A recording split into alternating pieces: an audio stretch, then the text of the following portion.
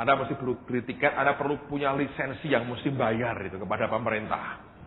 Kalau sampai saudara nangkap yang betina, terutama yang bertelur Anda tangkepin, itu bootmu bisa disita. Jadi pokoknya itu hukumnya keras sekali. Jadi kita tebarin beberapa tempat untuk nangkap kepiting, terus setelah itu kita gerak ke tempat lain. Nah, ada 2 orang teman itu yang berkata, aku di dek aja. Jadi mereka di paling depan begitu, sambil mancing.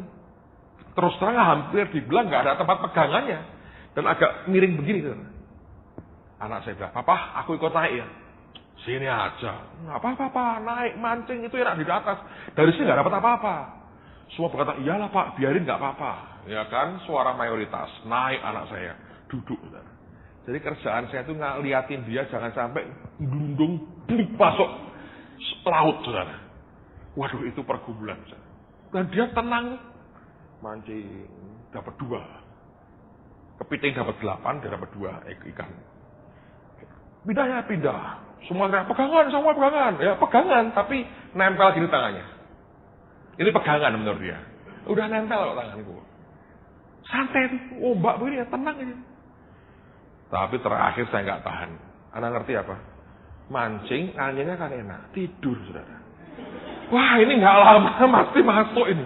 Tidur. Saya suruh turun. Waktu mereka break, saya bilang, cukuplah buat saya. Saya berkata, saya pulang. Tapi di kajian lain, saya belajar ya. 1 kali kami diajak ke Victoria Island. Lagi makan di restoran begitu. Dan kita diberitahu, jangan terlalu banyak makan, minum soft drink ya. Karena nggak sehat. Minum air putih lebih baik. Air putih, kata Pak Yus. Lalu, tapi ini anak ngebet sekali kepingin soft drink. Bisa saya bilang, enggak, kamu minum orange juice saja. Dia sambil kesel artinya, dia pengen sekali. Tapi ini anak jalan ini otaknya. Datang ke saya. Pak, kalau I'm Sprite artinya apa? Artinya aku, kayak kamu ini adalah Sprite. Dan aku tidak mau minum kamu karena kecut. Saya berkata gitu. Bukan Pak, maksudnya gini Pak. Aku ingin Sprite itu Inggrisnya apa? Katanya gitu. Oh kalau itu ya I want Sprite. Saya pikir dia cuma tanya. Oh iya. Saya nggak tanya, saya terus makan, dia diam. Sekian detik dia diam, terus berdiri. Jalan, saudara. Saya pikir mau ke toilet. Enggak. Dia berdiri aja. Pelayannya lewat, dia bilang, excuse me. Katanya, loh, kok anakku ngerti excuse me dari mana? Noleh kan? I want Sprite. Terus duduk lagi. Saya liatin dari jauh. Saya bilang, ini kurang ajar ya. Orang tua dimanfaatkan ya. Ya. Terus dia pura-pura nggak tahu, dia diem aja. Makan Sam. Ya nanti lagi Pak. Kenyang Pak, kenyang. Minum jusnya. Ya nanti katanya. Nggak lama datang. Sprite. Istri saya membelalak. Dari mana ini? Kok kita nggak pesen kok? Saya bilang, usahanya sendiri. Papahnya dimanfaatkan. Saya berkata. Terus nggak boleh. Saya bilang biarin. Kan sudah berusaha. Minum. Boleh Pak? Minum. Kamu sudah berusaha ngomong bahasa Inggris lumayan. Dulu papamu nggak berani, kamu berani. Minum. Saya berkata gitu. Karena kadang-kadang struggle-nya di situ, saudara. Satu hari, kami hadir pernikahannya keponakannya Pak Niko ya di Seattle kawin. Ini anaknya Pak Bernard dan Bu Linda. Pak Bernard itu adik kandungnya Pak Niko Jakarta, Betani Jakarta. Nah, waktu pernikahan, jadi makanannya makanan barat, makanan bule ya. Terus minumnya air putih lagi. Dia jengkel kalau sama air putih. Dia bilang, Pak kok air putih lagi ya? Memang air putih. Dia berdiri. Jalan muter keliling. Inspeksi juga ternyata. Terus balik lapor. Pak, tempat Coca-Cola di sana Pak. Loh kamu kok tahu? Aku sudah tak puteri. Itu sana tempatnya. Saya berkata, karena nggak ditawarin mesti bayar Sam. Enggak Pak, itu ya banyak kokoh-kokoh tuh ngambil situ, nggak bayar kok. Tinggal minta bayar, ambil. Terus dia berdiri. Saya sudah ngerti ini. Kamu mau apa? Saya bilang. Ya aku mau ambil Sprite, Coca-Cola. Ngomongnya gimana? Ya kayak dulu. Sprite diganti Coke katanya. Kurang. Loh kurang? Kurang gimana Pak? Ngomongmu apa? Ya I want Coke. Saya bilang, tambahin 2. Papa satu. Gantian, gantian. Pinter-pinteran aja ya toh, Papa satu. Wah, senang. Itu kan dapat rekomendasi, berarti boleh jalan dengan gagah ya. Pulang bawa 2 gelas gede, ketawa-ketawa, dikasihkan saya satu, dia satu. Istri saya terbelalak lagi. Dia bilang, loh, kamu dapat dari mana? Ambil di situ. Nah kok 2? Ah, yang mau katanya. Dia ambilkan lagi, saudara. Jadi saya bilang ini, saya bilang, baguslah.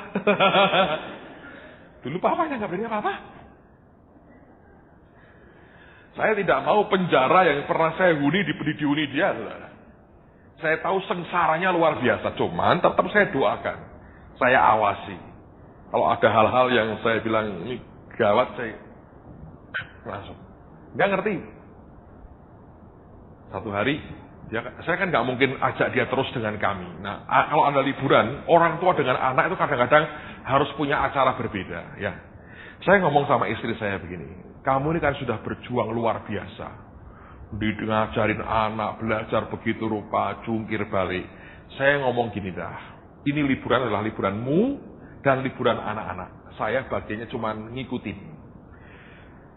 Nah, istri itu kalau liburan bukan ke pantai, piknik, itu bukan. Anda harus tahu, wanita itu lain. Kalau liburan ya, Anda harus ngerti ini. Wanita kalau liburan kemana? Shopping. Nah, itu Anda mulai pintar loh, saudara ya. TSOA sudah mulai maju ini sekarang ini. Kalau gitu nggak usah sekolah, aja ngerti, saudara. Anda harus ngerti. Nah, saya sudah berjanji padamu negeri, aku berjanji ini. Saya bilang pada istri saya gini, kalau kamu shopping, aku anterin kamu. Aku berjanji, saya berkata, tidak sekalipun akan membuat kamu tergesa-gesa. Tidak sekalipun aku bilang, jangan beli. Tidak sekalipun aku berkata, jam berapa ayo pulang. Enggak. Kamu sepuasmu, tak anterin. Saya bilang, ini duit kamu pegang semua. Tanya Tuhan sendiri mau beli apa tidak. Urusanmu. Bagianku, dampingin kamu. Kalau ada yang aku seneng, aku beli sendiri. Saya berkata begitu. Anak-anak gimana? Nah ini perlu waktu kan. Ada waktunya di split. Nah, kami punya banyak. Ternyata jemaat sana itu seneng kami datang. Jadi itu yang daftar ingin nemenin tiap hari itu antri panjang. Jadi tiap hari digilir. Ini keluarganya, ini keluarganya. Tiap hari dapat jatah. Waduh luar biasa. Jadi berat badan tambah. Istri saya teriak, aduh aku ini jadi tambah banyak. Nah, terus anak ini titipin. Ada keluarga Indonesia kawin sama laki-laki orang Kanada. Nah, orang Kanada ya, jadi ada 2 orang Kanada, 1 anak saya yang laki. Samuel, kamu ikut sama ini. Ya. Saya nggak tahu itu seharian diajak kemana-mana, ngomongnya apa saya nggak ngerti, saudara. Pokoknya survive aja. Pulang kenyang bawa botol Coca-Cola gede. Malah itu orang Kanada diajarin dia 2 bahasa, 2 kata, pipis dan saudara, itu ngerti mereka.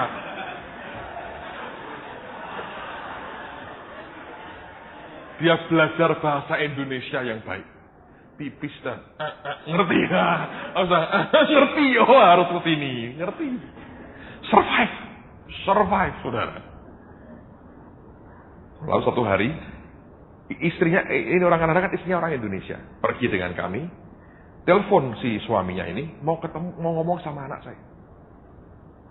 Jadi ngomong. Tak perhatiin ini ngomongnya apa Samuel ini. Dia bilang yes, yes. Ini ngerti apa enggak. Sambil ketawa-ketawa sambil yes dan ya terus. Oh Inggrisnya jelek kok. Sekarang kok dapat yes dan ya itu dari mana ngertinya. Sudah. Terus tutup, selesai. Si istrinya ini, orang Kanada, penasaran. Ini ngomong apa sama Samuel? Dia telepon suaminya. Tanyain. Tuh, tadi kamu ngomong apa sama Samuel? Itu bukan urusanmu, katanya. Belakangnya saya tanya, Sam, itu om itu ngomong apa? Nggak tahu, Pak. Katanya.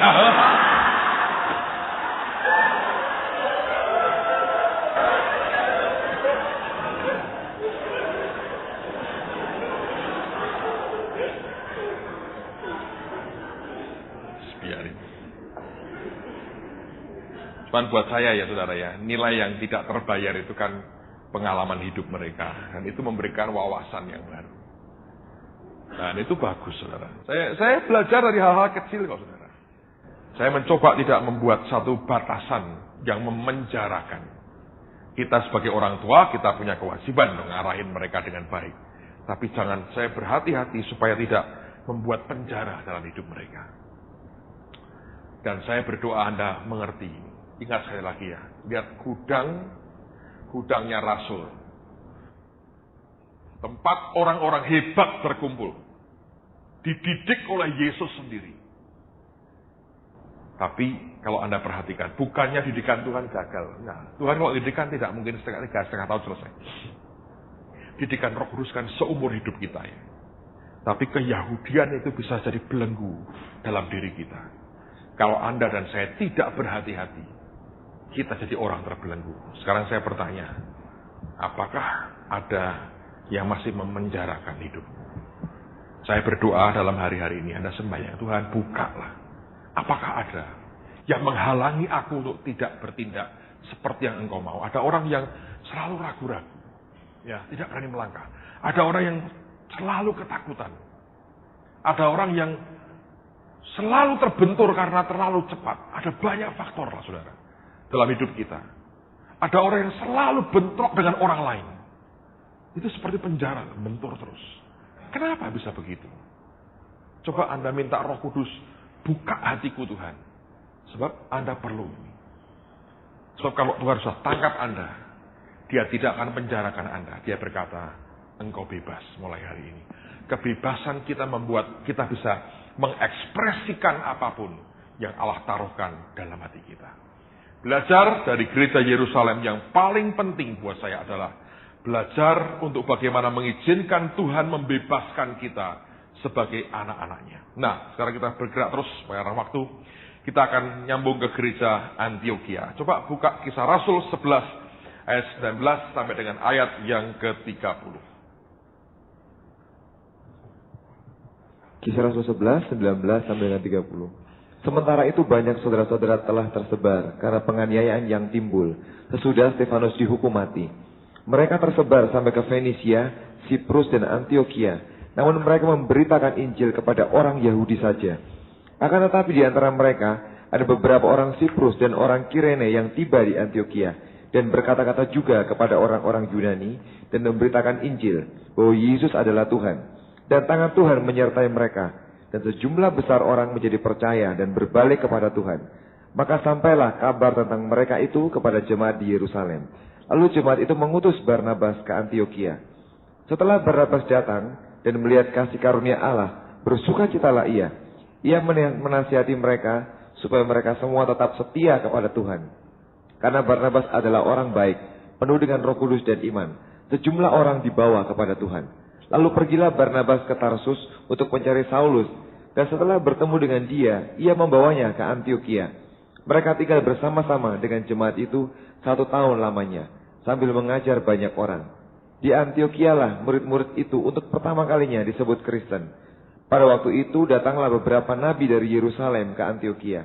Seorang dari mereka yang bernama Agabus bangkit dan oleh kuasa roh ia mengatakan bahwa seluruh dunia akan ditimpa bahaya kelaparan yang besar. Hal itu terjadi juga pada zaman Claudius. Lalu murid-murid memutuskan untuk mengumpulkan suatu sumbangan sesuai dengan kemampuan mereka masing-masing dan mengirimkannya kepada saudara-saudara yang diam di Yudea. Hal itu mereka lakukan juga dan mereka mengirimkan kepada penatua-penatua dengan perantaraan Barnabas dan Saulus. Ya, nah sekarang kita kembali lihat lagi akan fokus kita kepada model gereja Antiokhia. Lihat bahwa awalnya berbeda dengan yang di Yerusalem. Tidak ada nama besar di situ, tidak ada pemimpin. Yang ada orang yang sepertinya tercerai-berai karena aniaya. Orang Yahudinya kembali ya, belenggu Yahudinya kuat, memberitakan Injil hanya kepada orang Yahudi. Sampai datang orang-orang percaya dari Siprus dan dari Kirene. Kirene itu Afrika bagian utara dekat Libya, tempat Simon Kirene berasal. Nah, mereka bukan dari kelompok Yahudi mungkin atau Yahudi dari yang tinggal di tempat lain, ya. Kemungkinan mereka Yahudi yang tinggal di Siprus atau Yahudi yang tinggal di Kirene, seperti Simon itu. Lalu mereka mulai memberitakan kepada orang-orang Yunani, kepada orang-orang non-Yahudi. Lihat ya, backgroundnya dimulai oleh orang yang biasa bergaul dengan bangsa lain. Kalau orang yang biasa tinggal di Israel, di Palestina saja, di tanah Yahudi, mereka hanya bergaul ngerti dengan orang Yahudi. Yang bergaul dengan bangsa lain, belenggu keyahudiannya sudah luntur. Mereka terbiasa bergaul dengan bangsa lain karena mereka tinggal di tanah orang lain. Lalu mereka mulai ngomong kepada orang Yunani, dan terjadilah ledakan rohani yang luar biasa. Gereja Antiokhia ini kemudian jadi rasuli, menembus akan batas, akan ras, suku, bangsa, oleh karena dimulai oleh orang-orang yang tidak dibelenggu di dalamnya oleh keyahudian mereka. Nangkap saudara? Sekali lagi, kalau Anda mau apostolik, belenggu-belenggu hidupmu mesti ditembus, dibuka, dibongkar. Supaya engkau mengerti Allah mau pakai engkau untuk sesuatu yang besar dalam hidupmu. Rendah diri, minder, apapun namanya.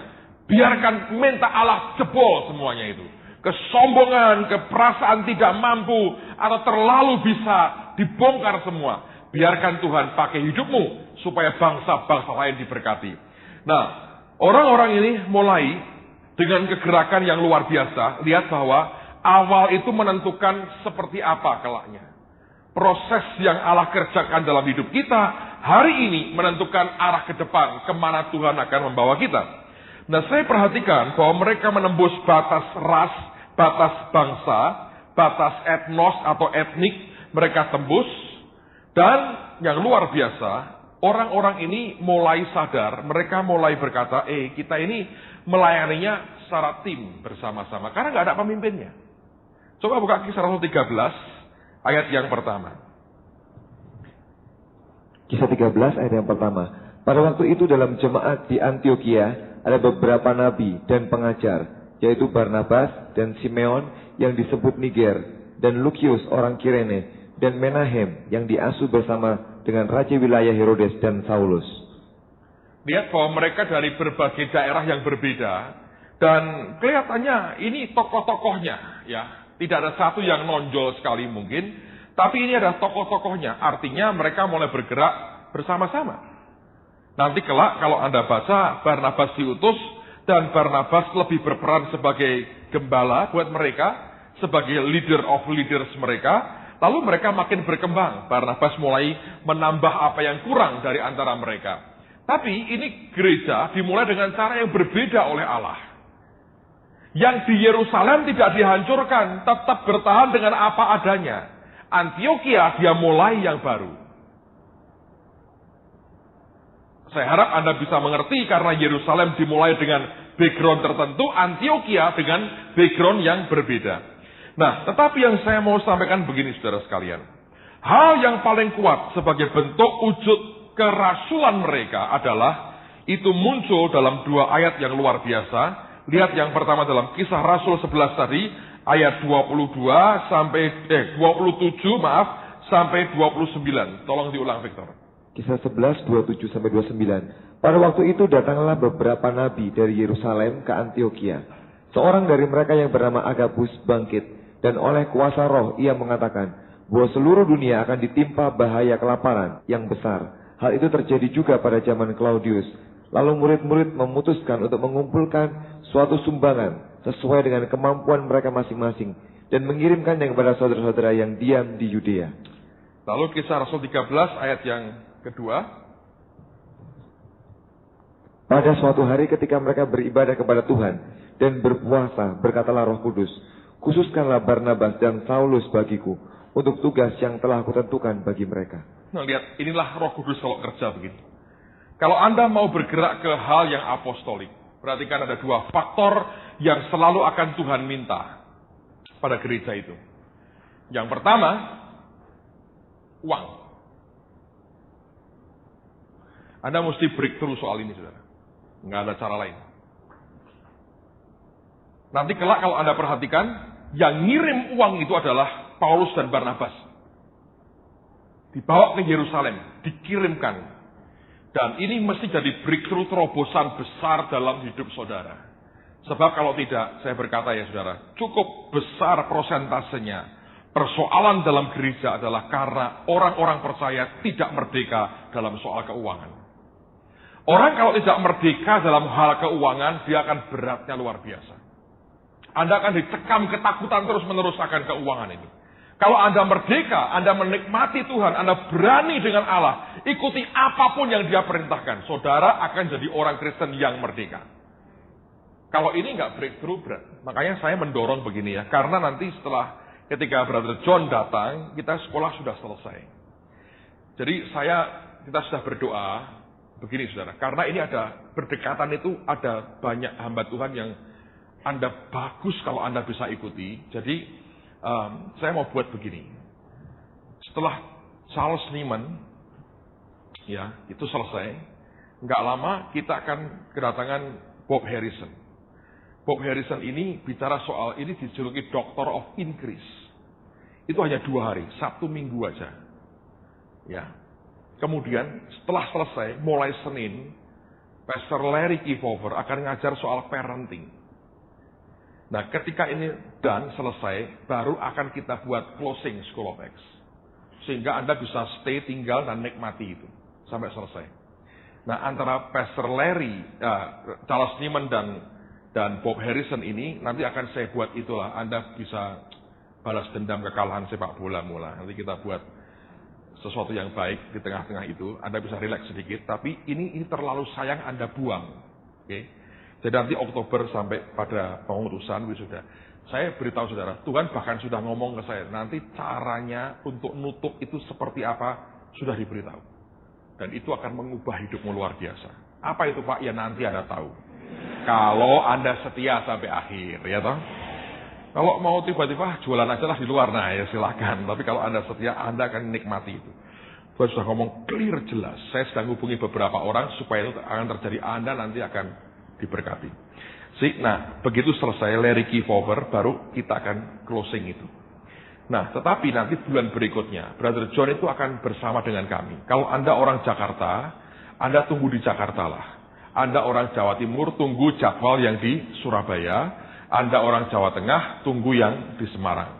Luar pulau Pak, milih bebas, saudara ya. Tapi ini bagus sekali. Anda akan nikmati breakthrough terobosan soal keuangan. Karena ini orangnya. Ya, dan ini dia didatengin Tuhan sendiri, saudara. Khusus ngomong soal uang. Saya heran, dia dibawa ke Rusia. Negara yang katanya miskin. Dia altar call tuh uang segunung naik. Jadi ini orang dipakai Tuhan luar biasa. Nah, Anda mesti breakthrough soal keuangan. Yang Ibu Indri sampaikan, yang saya pernah sampaikan, jangan sampai Anda buang dalam hidupmu. Itu penting untuk kedepannya. Dengar ya saudara ya. Pelayanan itu, kalau ibadah disertai rasa cukup, kata Paulus, itu besar sekali manfaatnya. Nah, kalau Anda berkelimpahan, Anda breakthrough, hidupmu itu merdeka kok. Karena semua yang apostolik, yang rasuli itu costly, mahal. Itu kecenderungannya itu untuk membuang uang, tanda petik saudara. Itu betul-betul banyak sekali. Costly sekali. Mahal saudara. Karena Tuhan gerak dengan begitu bebas. Nah, kalau engkau merdeka, jemaatmu akan merdeka. Ngerti ya? Mereka akan berkembang, mereka merdeka. Di dalam apa? Dalam hal keuangan mereka. Lalu akibatnya apa? Gerejamu itu punya kekuatan luar biasa soal finance. Nah, ini bisa bergerak luar biasa. Karena keuangan itu, uang itu seperti, John berkata itu seperti amplifier. Itu membuat suaramu yang nyaris tak terdengar, jadi kedengaran banget, saudara. Itu amplifier. Nah, kita kan, pengkhotbah berkata gini, ada kota yang tidak terlalu besar penduduknya, dikepung raja yang kuat. Ada orang yang miskin berhikmat, dia bisa melepaskan, menyelamatkan kota itu, tetapi orang miskin itu tidak diingatnya lagi, dilupakan. Kenapa kok dilupakan? Ya, nggak ada amplifiernya. Ngerti ya? Uang itu bicara, itu betul. Dalam dunia itu iya. Tapi kalau orang takut akan Tuhan, Anda pegang keuangan, itu luar biasa. Kalau gereja nyembah Tuhan Yesus, dalam pimpinan Roh Kudus, saya percaya ujungnya akan dibawa pada kebebasan soal keuangan. Jadi, Tidak lagi orang ribut, hanya soal ngirit, saudara. Tapi orang melihat kepentingan kerajaan surga yang terbaik seperti apa. Kalau itu dimasukkan dalam kehidupan kita, waduh dahsyatnya luar biasa. Jadi gereja di Antioquia diajar. Agabus berkata, akan ada kelaparan. Begitu terjadi, mereka ngerti Tuhan kalau ngomong punya tujuan. Yerusalem kena akibatnya. Mari tolong mereka. Semua ambil bagian. Bagus sekali. Dan kalau Anda baca seterusnya, yang diutus adalah Paulus dan Barnabas. Kalau Anda bisa dipercaya dalam hal keuangan, Anda akan dipercaya Tuhan dalam hal yang lainnya. Ini penting. Pak Timotius Arifin ngomong bagus dengan teman saya. Dia berkata gini. Orang yang tidak, kalau Anda dalam keadaan kurang, itu ada ujiannya. Dalam keadaan berkelimpahan juga ada ujiannya. Dan seringkali kalau Anda berkelimpahan itu lebih berat, saudara. Karena engkau bisa sepertinya ya berbuat apapun yang engkau mau tanpa tanya Tuhan. Nah, setelah ini selesai, pasal yang ke-13 ayat yang kedua tadi kita telah baca, bukan hanya kirim uang, tapi kirim apa? Orang. Di sini kerasulan Paulus mulai muncul, saudara. Dan ketika Roh Kudus minta, yang diminta adalah yang terbaik yang mereka punya. Kok nggak yang lain-lain? Ya dia tahu ini rasulnya. Jadi mesti mereka yang bergerak. Dan ini yang terjadi saudara sekalian. Jadi lihat prosesnya ya. Kalau Anda merdeka, Anda akan apostolik. Kalau Anda tidak merdeka, sentermu ke dirimu sendiri. Saudara tidak akan bisa berkembang. Nah, Anda bisa dipenjara. Ini Tuhan ingatkan saya ini. Anda bisa dipenjara oleh karena perbuatan orang lain. Ini maksudnya. Saya perhatikan ya, ada gereja yang gini, saudara. Gereja ini baik, mulai tumbuh. Lalu eksesnya kan ada. Yaitu orang-orang mulai lompat ke gereja itu pindah ya. Selalu begitulah. Kalau Anda mulai berkembang, dipakai Tuhan, ada pengurapan Allah, hadirat Tuhannya luar biasa, selalu mesti ada orang-orang dari gereja lain yang pindah. Itu natural sekali. Nah, tetapi kalau dalam jumlah yang terlalu besar, orang lain akan menghantam Anda. Wah, dihantam. Ini salah, ini ngambil domba, ini nyuri domba.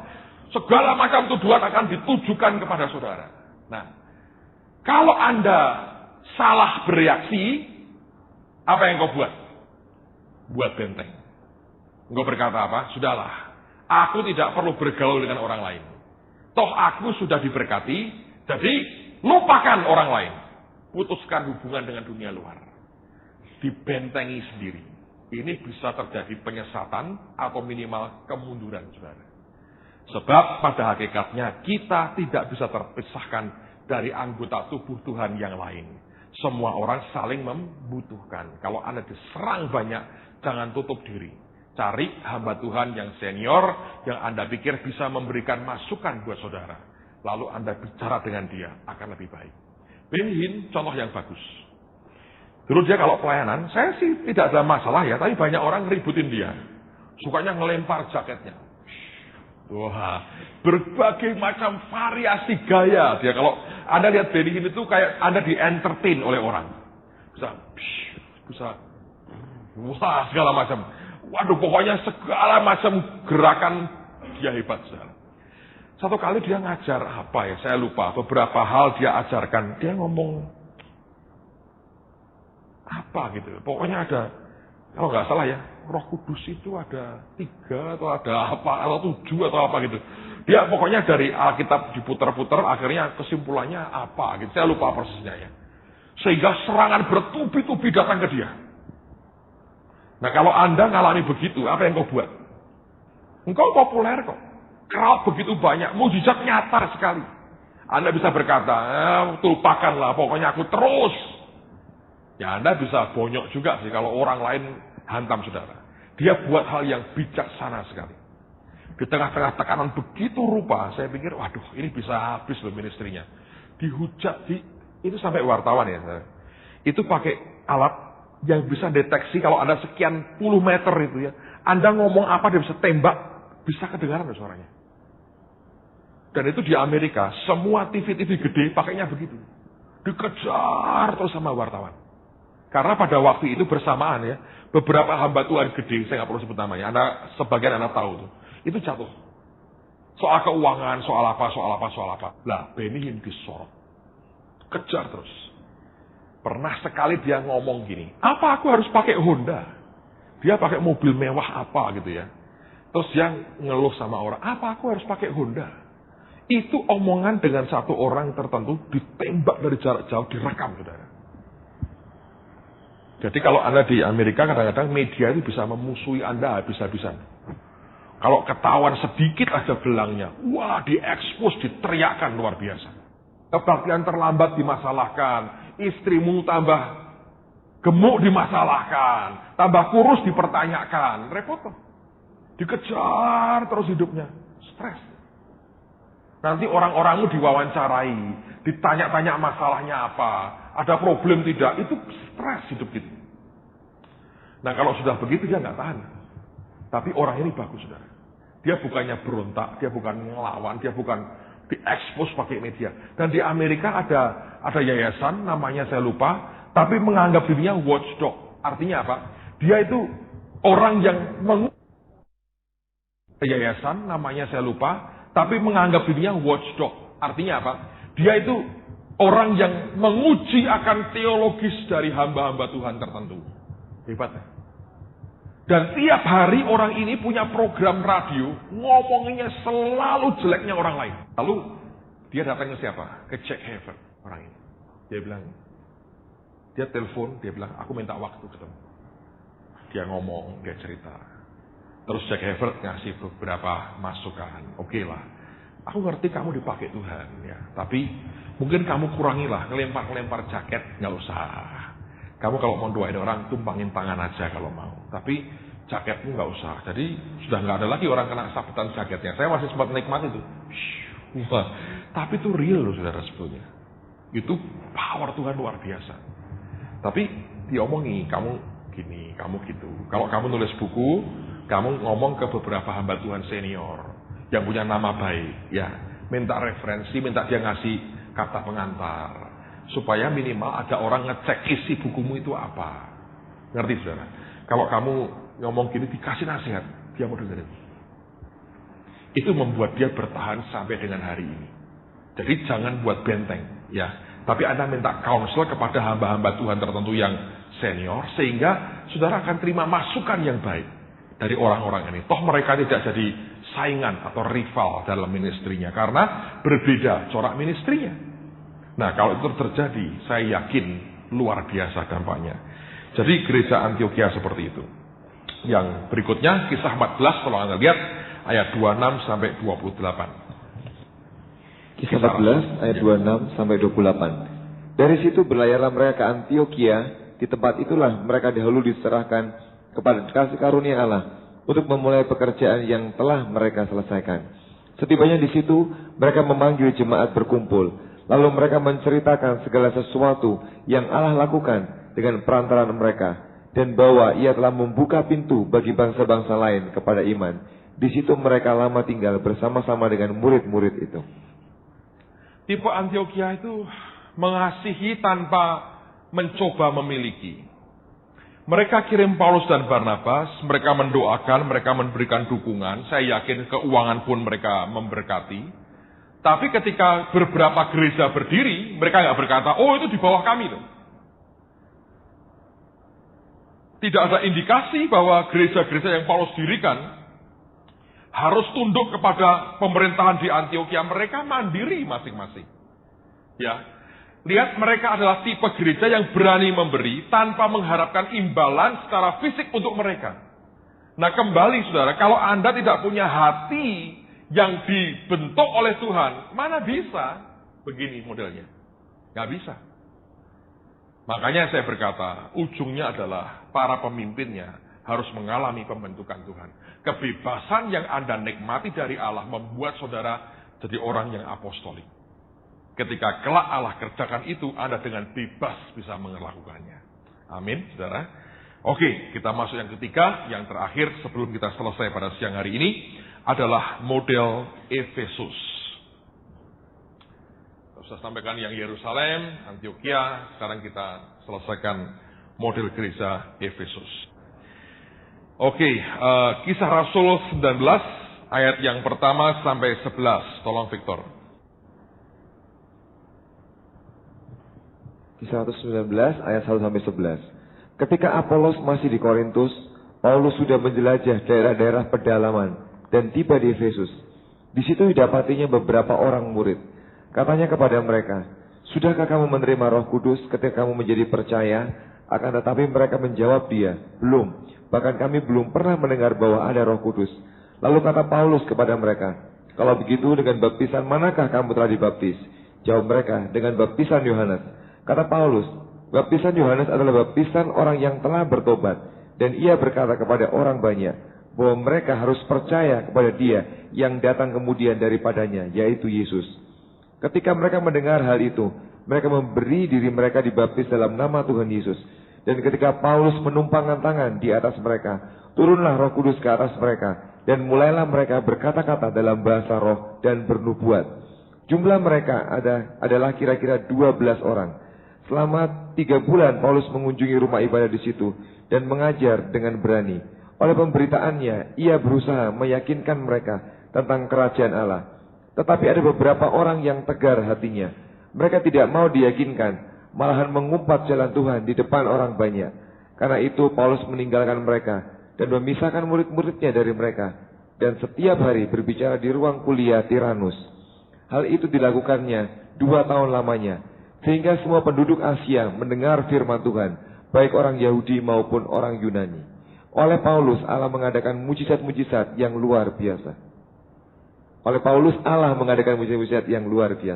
Bahkan orang membawa sapu tangan atau kain yang pernah dipakai oleh Paulus dan meletakkannya atas orang-orang sakit, maka lenyaplah penyakit mereka dan keluarlah roh-roh jahat. Lihat ini model Efesus. Modelnya seperti apa, Pak? Begini, saudara. Jadi Efesus itu dilayani oleh Apolos pertamanya. Tapi Apolos ini ternyata understanding-nya masih terbatas. Dia berapi-api, pengertiannya terbatas. Yang ngerti soal Yohanes. Lalu kemudian, tapi toh Alkitab mengatakan, walaupun nggak banyak, 12 orang hasil ministrinya Apolos itu dikatakan sebagai murid. Ya, jadi Alkitab mengatakan ini murid. Roh Kudus berkata, bagaimanapun, walaupun terbatas pengertiannya, tapi ini murid. Nah, setelah Apolos masuk, baru kemudian Paulus sampai di situ. Dan dia spend waktu cukup banyak dengan mereka. Ada yang 3 bulan, sampai kemudian 2 tahun dia layani mereka. Nah, ini merupakan pola Efesus. Artinya begini, dari suatu pola yang lebih kepada Injili, karena Apolos seorang penginjil ya. Dari yang pola dimenangkan secara Injili ini, secara Injil aja, secara penginjil, tiba-tiba mendapat sentuhan dari seorang rasul. Ya, bisa nggak Pak gereja biasa berubah jadi apostolik? Bisa. Kalau ada sentuhan kerasulan masuk di dalamnya. Apakah pendetanya berubah dan terima mantel kerasulan, ataukah dia membuka pintu buat rasul-rasul atau orang dalam pelayanan rasuli masuk memberikan sentuhan kerasulan kepada gereja lokal itu? Nah, di sini ada hal yang menarik. Paulus sebetulnya mengerti bahwa perlu adanya sesuatu yang dimasukkan di situ, karena ternyata sebelum Paulus masuk ada orang lain juga yang sudah ditanam oleh Paulus di situ. Buka coba dalam Kisah 18 ayat yang ke-18 sampai 28. Anda tahu ini kisah menarik sekali. Perhatikan, Saudara. Kisah 18 ayat 18 sampai 28. Paulus tinggal beberapa hari lagi di Korintus. Lalu ia minta dari beberapa saudara di situ dan berlayar ke Syria. Sesudah ia mencukur rambutnya di Kengkrea karena ia telah bernasar. Priskila dan Aquila menyertai dia. Lalu sampailah mereka di Efesus. Paulus meninggalkan Priskila dan Aquila di situ. Ia sendiri masuk ke rumah ibadat dan berbicara dengan orang-orang Yahudi. Mereka minta kepadanya untuk tinggal lebih lama di situ. Tetapi ia tidak mengabulkannya. Ia minta diri dan berkata, "Aku akan kembali kepada kamu jika Allah menghendakinya." Lalu bertolaklah ia dari Efesus. Ia sampai di Kaisarea dan setelah naik ke darat dan memberi salam kepada jemaat, ia berangkat ke Antioquia. Setelah beberapa hari lamanya ia tinggal di situ, ia berangkat pula, lalu menjelajahi seluruh tanah Galatia dan Frigia untuk meneguhkan hati semua murid. Sementara itu datanglah ke Efesus seorang Yahudi bernama Apolos. Ia berasal dari Alexandria. Ia seorang yang fasih berbicara dan sangat mahir dalam soal-soal kitab suci. Ia telah menerima pengajaran dalam jalan Tuhan. Dengan bersemangat, ia berbicara dan dengan teliti, ia mengajar tentang Yesus. Tetapi ia hanya mengetahui baptisan Yohanes. Ia mulai mengajar dengan berani di rumah ibadat. Tetapi setelah Priscilla dan Aquila mendengarnya, mereka membawa dia ke rumah mereka dan dengan teliti menjelaskan kepadanya jalan Allah. Karena Apolos ingin menyeberang ke Akaya, saudara-saudara di Efesus mengirim surat kepada murid-murid di situ supaya mereka menyambut dia. Setibanya di Akaya, maka ia oleh kasih karunia Allah menjadi seorang yang sangat berguna bagi orang-orang yang percaya. Sebab dengan tak jemu-jemunya ia membantah orang-orang Yahudi di muka umum dan membuktikan dari kitab suci bahwa Yesus adalah Mesias. Kalau Anda perhatikan ya, ini kisah ini menarik sekali. Paulus kan berteman dengan Aquila dan Priscilla. Tapi mereka berdua ditinggal di Efesus. Sampai kemudian muncul Apolos, orang Yahudi. Dia kenal dengan Yesus, tapi baptisan baru ngerti soal model Yohanes. Ngajar. Banyak orang diyakinkan. Lalu, ini dua orang ini mengatakan, wah ini orang bagus. Dipanggil ke rumahnya, diajari. Ini yang kamu kurang ini. Gitu ya. Nah, Anda perhatikan, mereka ini bukan rasul sebetulnya ya. Tapi mereka melakukan sebatas yang mereka bisa. Gereja yang dibangun ini akhirnya, kalau Anda perhatikan, mendapat sentuhan dari Paulus. Dan Paulus, Alkitab berkata, 2 tahun lamanya dia stay di sana. Dia ngajari mereka, dia bentuk mereka, dia gembleng mereka. Pertama bukan Paulus yang masuk, tapi orang lain. Dan tidak punya sesuatu yang apostolik, yang mereka pokoknya ngerti. Paulus yang masuk di situ. Nah, di pasal 20 ayat 17, itu sudah mulai terbentuk, kelihatan ada tua-tua di situ. Coba Victor. Kisah 20 ayat 17. Karena itu, ia menyuruh seorang dari Miletus ke Efesus dengan pesan, supaya para penatua jemaat datang ke Miletus. Sesudah mereka datang, berkatalah ia kepada mereka, kamu tahu bagaimana aku hidup di antara kamu, sejak hari pertama aku tiba di Asia ini. Dengan segala rendah hati, aku melayani Tuhan. Dalam pelayanan itu aku banyak mencucurkan air mata, dan banyak mengalami pencobaan dari pihak orang Yahudi yang mau membunuh aku. Oke, cukup. Nah, perhatikan ya. Ini yang terjadi. Saya mau rangkumkan akan cerita ini, supaya Anda ngerti akan garis besarnya. Sekali lagi, bukan Paulus yang pertama masuk. Ada Aquila, ada Prisca, ada Apolos yang masuk, dan mereka mulai melakukan sesuatu di sana. Dan seperti halnya banyak gereja hari ini, ada tipikal berbagai macam yang kita alami. Kalau gereja ini mau berkembang, berubah bentuknya menjadi apostolik, maka tidak ada pilihan lain kecuali membuka pintu buat pelayanan kerasulan masuk, supaya ada sentuhan kerasulan di dalamnya. Nah, sentuhan kerasulan ini ternyata luar biasa efeknya. Paulus masuk 2 tahun dia tinggal, dia ngajarin mereka. Dan Alkitab berkata, seluruh Asia mendengar akan Tuhan. Nah, itu bukan Asia yang kita kenal sekarang. Asia itu adalah Asia kecil seperti daerah mereka. Seluruhnya. Jadi gereja ini, ya, dari gereja biasa, jadi apostolik. Dia bisa berkembang, akibatnya itu menjelajah. Alkitab tidak berkata karena Paulus maka semuanya terinjili. Tapi Alkitab berkata seluruh Asia mendengar Injil, itu artinya saya percaya dari Efesus ini dikirim banyak orang memberitakan Injil kepada orang-orang lain di sekitarnya.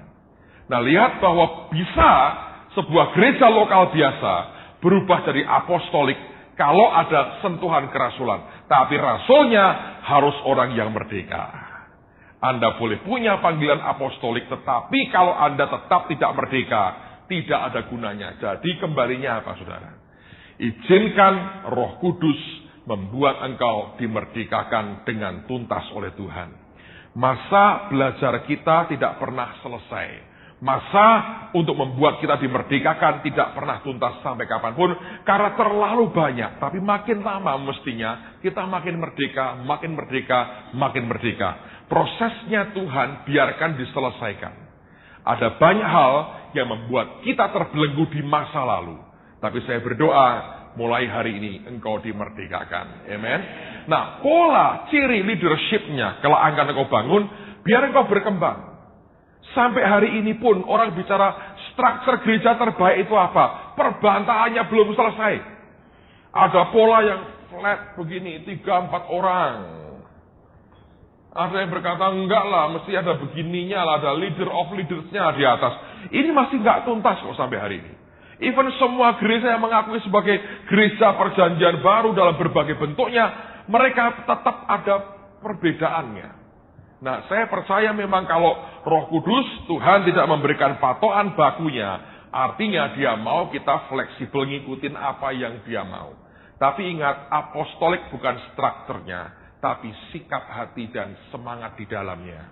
Apa yang tidak orang biasa bisa buat, dibuat oleh orang-orang yang apostolik, karena itu hati yang dibebaskan Tuhan untuk memberi apa yang Roh Kudus mau kita berikan bagi yang lain. Tidak membangun kerajaan sendiri, tapi membangun kerajaan siapa? Surga. Amen. Mari berdiri sama-sama. Saya harap Anda bisa belajar lebih jauh. Kalau Anda mau, Anda bisa cari bukunya banyak sekali. Dan ini tapi saya berdoa begini ya. Jangan rumitkan dirimu dengan terlalu banyak konsep. Tapi buka hatimu dengan apa yang Roh Kudus mau kerjakan dalam hidupmu. Dan saya akan segera mendoakan saudara, supaya mulai hari ini engkau mulai mengalami terobosan dan kemerdekaan dari Tuhan. Amen. Mari angkat tangan sama-sama. Kirapa syata karapa syata karapa harapa syanta karapa takuria pata kalapata hala. Ora santa karapa sente kiara balapa santa karapa. Beshetika, minta, masing-masing minta, Tuhan tunjukkan kepadaku apa yang masih memenjarakan aku hari ini. Minta dengan Tuhan. Setelah Roh Kudus tunjukkan, minta Tuhan lepaskan aku dari ini. Dan dengan iman kau berkata, aku lepas pada hari ini, aku lepas siang ini, aku dimerdekakan. Supaya apa yang baik yang Allah berikan dalam hidupmu tidak terbuang dengan sia-sia. Syata karapa hasyete keremete karapa ya pa. Ora santa karapa sete kiara manta korapa santa karapa. Nete keremete soto kore manta karapa takara. Ranta kusonto koromoto koya pataka sete kiara palapara.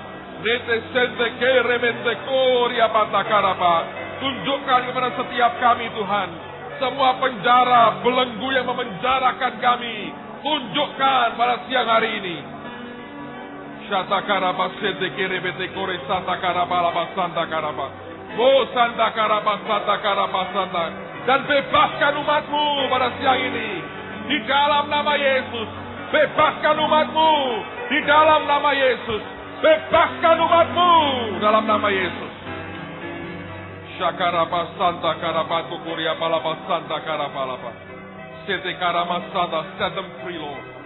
Bebaskan mereka. Mari katakan sama-sama dalam nama Yesus. Aku lepaskan diriku dari semua penjara di dalam hidupku. Di dalam nama Yesus. Aku buka semua pintu penjara. Dan dengan iman, aku melangkah keluar. Siang hari ini, aku merdeka. Aku merdeka. Aku merdeka. Di dalam nama Yesus. Haleluya. Yes, Lord.